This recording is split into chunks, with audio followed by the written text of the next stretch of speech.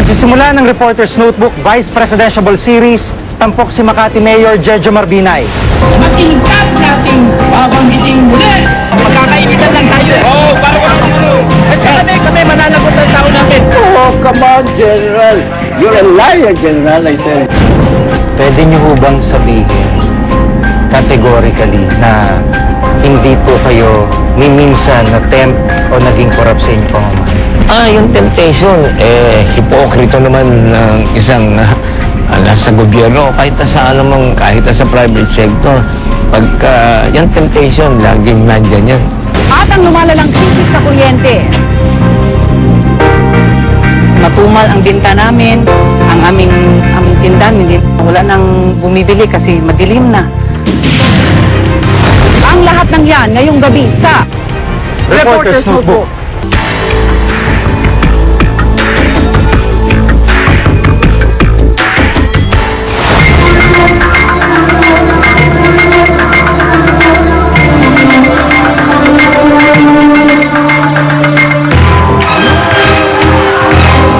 Ng United Opposition. Matingkad nating babanggitin muli. Magkakainitan lang tayo. Oo, parang walang at saka kami mananagot ang tao natin. Matapang at palaban. Oh, come on, General. You're a liar, General, I tell you. Sinansagang Rambo Tito dahil sa pagtatanggol kay Pangulong Aquino nung panahon ng mga kudeta.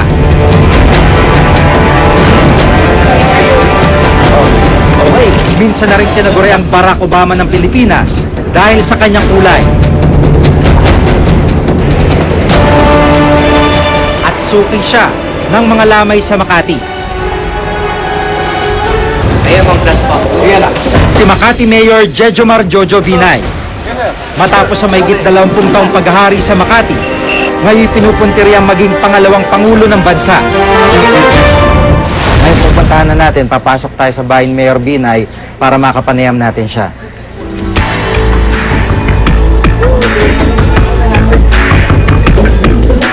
Bago tumulak sa kampanya sa Cavite nung Sabado, nasaksihan ko ang paghahanda ni Mayor Binay. Sinabawang isda, sardinas, puti ng itlog, at kanin ng kanyang inalmusal. Sa ilalim ng liwanag mula sa kristal na chandelier, hindi may tatangging magarbo ang hapagkainan sa kabila ng simpleng almusal. Kasama niyang nag-agahan ng anak na si Junjun, ang ini-endorso niyang papalit sa kanya para sa posisyong kanyang mababakante. Yes, Daddy. Can you please to tatay, Daddy? Tatay? May mga batikos po na hindi niyo maiwan-iwan yung Makati at sa puntong ito pinapatakbo niyo naman yung inyong anak na si Junjun bilang mayor. Ano po masasabi niyo dyan? Hindi naman yata tama na ikaw halimbawa, anak kita. You have all the qualifications. At pagkatapos, you're willing to serve the country. Bakit naman magkakaroon ng legal obstacle? Matagal nang ipinupukol sa pamilya ang isyu ng political dynasty. Humingi po tayo ng tulong sa kasalukuyang konsehal ng Makati si Junjun, habang ang anak niyang si Marlene kinatawa ng ikalawang distrito ng lungsod. Ang kanyang asawang si Dr. Elenita naman, pumalit naman sa kanya bilang mayor ng Makati noong 1998. Pero giit ni Mayor Binay, hindi raw dapat hadlangan na magsilbi ang may kakayahan. Pag sinasabing dynasty, ano po ang nariging reaction niyo? Hindi ako supportive yan.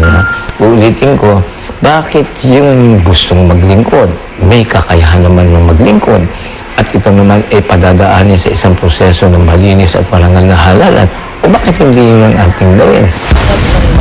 Unang naluklok sa gobyerno si Mayor Binay bilang officer in charge sa Makati noong 1986. Siyang kauna-una ang appointee ng Pangulong Aquino matapos ang EDSA Revolution. Mula noon, ibinoto't nanalong mayor ng Makati hanggang umabot sa limit na 3 termino noong 1998. Naging chairman naman siya ng Metropolitan Manila Development Authority ng panahong iyon. Pero noong 2001, nagbalik sa Makati at naupong mayor muli ng 3 pang termino. Nung dumating ako noong 1986, ang pera ng Makati, 270 million lang. May utang pang 200 million. O ngayon, billion-billion ang pera namin. As of last year, ang sabi sa akin, ng aming Treasurer's Office, naka 10.8 billion pesos kami for last year. Ang kita ng Makati ay binubuhos daw ni Mayor Binay sa iba't ibang programa at serbisyo para sa kanyang nasasakupan. Yung infrastructure, kita mo naman yung aming mga city hall, yung aming eskwela, mga aming ospital, di kalidad lahat yan, ha? Yung mga inabutan ko sa eskwela, mga prefab pa. At ang eskwelahan namin, kompleto nga. May audiovisual room, meron kami speech laboratory, meron kami computer laboratory. Mga bata dito, halos lahat ng pangangailangan ng bata, binibigay namin libre. Ang pananaw naman ng mga kritiko nyo is dole out siya at syempre nasa negatibo. Ano pong sabi niyo? Ang dole out ay yung individuals ang nakikinabang. Pero sa amin, ang aming mga projects dito, pangkalahatan. No? Mayroong lahat ng sektor ay tinitignan at binibigyan ng tamang tulong. We will help the poorest of the poor. We will extend assistance to those who really need it. Sige, sige. Oh, you're going to ride a car, Daye? Bye-bye, Daye! Bye-bye, Daye! Gusto mo na tatay mo, Daye? Okay. Ano nga? Ito yung simula pa lang ng araw ni Mayor Binay kung saan tatakbo siya papunta Cavite para sa kanyang campaign sortie.